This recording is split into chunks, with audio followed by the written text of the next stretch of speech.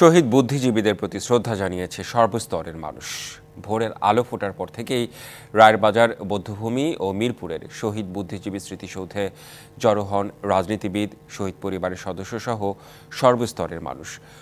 শ্রদ্ধার ফুলে ফুলে ভরে ওঠে স্মৃতির স্মারক। ৭১-এ জাতি মেধাশূন্য না হলে দেশ এগিয়ে যেত আরও, এমন প্রত্যাশায় উঠে আসে নতুন প্রজন্মের কণ্ঠস্বরে।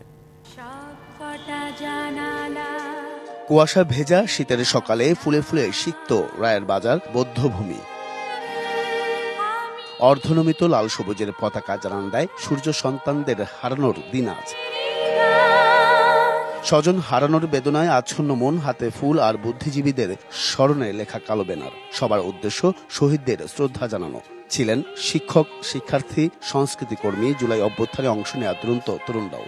আমাদের বীরাঙ্গনা এবং সাধারণ মানুষের যে ত্যাগ, তিতিক্ষা, আমাদের যারা নেতৃত্ব দিয়েছেন তাদের যে কষ্ট, সেটাকে যেন আমরা ভুলে না যাই। শোষণ বৈষম্যহীন বাংলাদেশ, এই চেতনাকে লালন পালন করা, মূলত যাতে আমাদের দেশে কোনো ধরনের শোষণ, নিপীড়ন এইটা যেন আর না থাকে।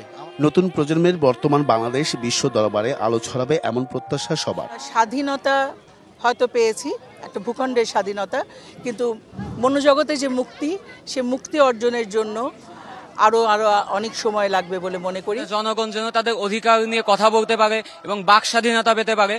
মিরপুর শহীদ বুদ্ধিজীবী স্মৃতিসৌধেও ছিল সাধারণ মানুষের ঢল।